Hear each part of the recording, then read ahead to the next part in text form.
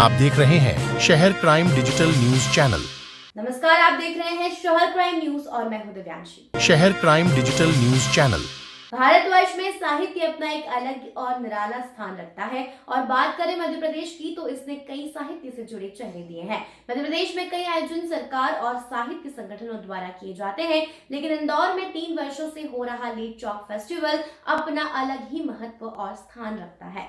धरा देव और उनकी टीम द्वारा विगत 2 वर्षों से जबरदस्त सफल आयोजन लीड चौक किया जा रहा है। उसी कड़ी में लीड चौक का तीसरा आयोजन भी इंदौर के गांधी हॉल में 15, 16 और 17 दिसंबर को किया जा रहा है, जहां कई साहित्य और बॉलीवुड से जुड़े चेहरे अपने विचार रख रहे हैं। हम बात करें इस लीड चौक आयोजन की तो यह 3 दिवसीय त्योहार मध्य प्रदेश और इंदौर के लिए हो रहा है, जहां साहित्यिक, समाज और बॉलीवुड से जुड़ी हस्तियों द्वारा अपने विचार यहां लीड चौक के मंच पर रखे जाएंगे। यह पूरा फेस्टिवल धरा पंडेय दवे और उनकी टीम द्वारा किया जाता है, जिसमें उनके हमसफर निखिल दवे भी अपना पूर्ण दायित्व निभाते हैं। आइए कुछ विस्तार से लीड चौक को शहर क्राइम डिजिटल चैनल की टीम द्वारा जानते हैं। हमारे विशेष संवाददाता विशाल भावसा ने लीड चौक पहले दिन का जायजा लिया और जाना कि साहित्यिक प्रेमियों के लिए क्या महत्व रखता है। नमस्कार, मैं हूं विशाल भावसार और आप देख रहे हैं शहर क्राइम डिजिटल। ऐसे तो साहित्य के कई सम्मेलन, कई आयोजन होते हैं, लेकिन इंदौर शहर में एक अनोखा आयोजन पिछले 3 वर्षों से चला आ रहा है, जिसे लीड चौक भी कहा जाता है। ये लीड चौक आज तीसरे वर्ष में प्रवेश कर चुका है और इस वक्त मैं मौजूद हूँ इंदौर मध्य प्रदेश के गांधी हॉल में, गांधी ऑडिटोरियम में। ये तीसरा वर्ष चल रहा है।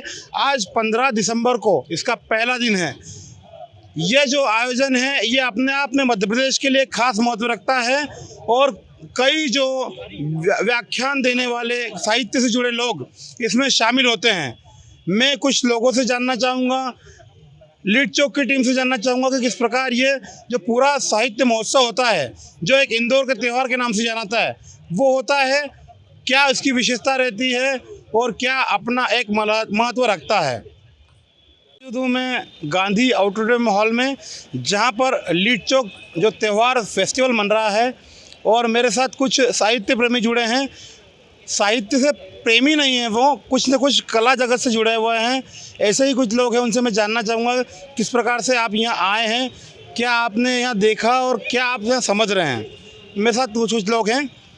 क्या नाम सर आपका? नमस्कार, मैं अवनीश पाठक हूँ। आप तो कवि हैं, शायद सुना है मैंने। जी हाँ बहुत सर जी। तो क्या जो ये लीड चौक 3 साल से चल रहा है, निखिल दवे जी और उनकी पूरी टीम ये लीड चौक लगाती है, कैसा आपको अनुभव रहा है? ये अनुभव मेरे हिसाब से इंदौर शहर, जिसको हम साहित्यिक राजधानी कहते हैं, कल्चरल राजधानी हमारे मध्य प्रदेश की है, और ऐसी साहित्यिक राजधानी में ऐसा साहित्यिक आयोजन होना विगत 3 वर्षों से लगातार, मेरे हिसाब से तो इंदौर शहर के लिए ही नहीं अपितु मध्य प्रदेश के लिए बहुत बड़ी बात है। केवल इंदौर शहर से नहीं, संपूर्ण मध्य प्रदेश से लोगों को यहाँ पर आना चाहिए।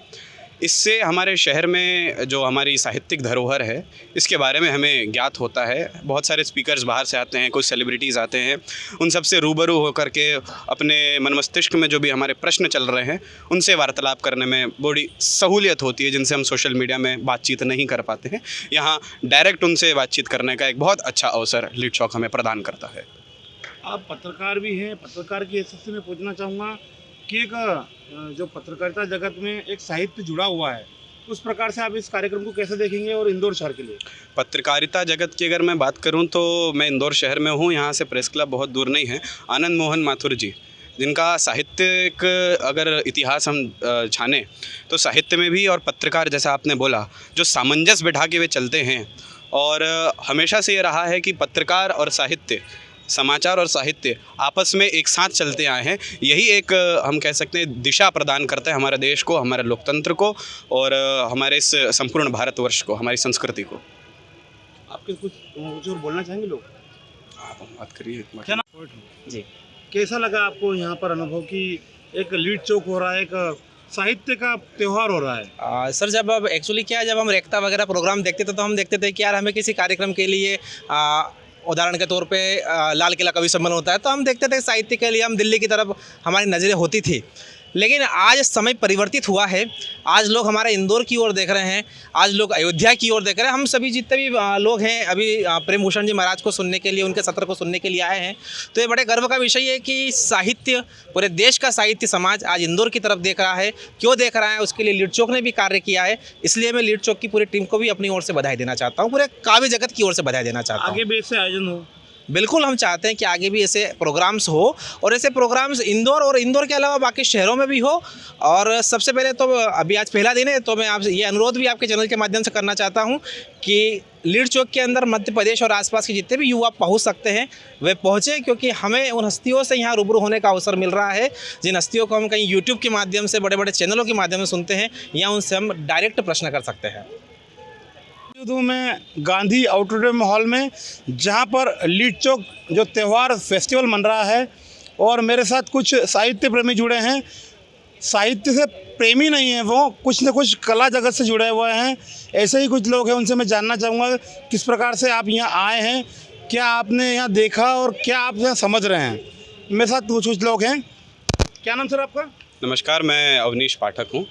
आप तो कवि हैं, शायद सुना है मैंने। जी हाँ भाव सर जी। तो क्या जो ये लीड चौक 3 साल से चल रहा है, निखिल दवे जी और उनकी पूरी टीम ये लीड चौक लगाती है, कैसा आपको अनुभव रहा है? ये अनुभव मेरे हिसाब से इंदौर शहर, जिसको हम साहित्यिक राजधानी कहते हैं, कल्चरल राजधानी हमारे मध्य प्रदेश की है, और ऐसी साहित्यिक राजधानी में ऐसा साहित्यिक आयोजन होना विगत 3 वर्षों से लगातार, मेरे हिसाब से तो इंदौर शहर के लिए ही नहीं अपितु मध्य प्रदेश के लिए बहुत बड़ी बात है। केवल इंदौर शहर से नहीं, संपूर्ण मध्य प्रदेश से लोगों को यहाँ पर आना चाहिए।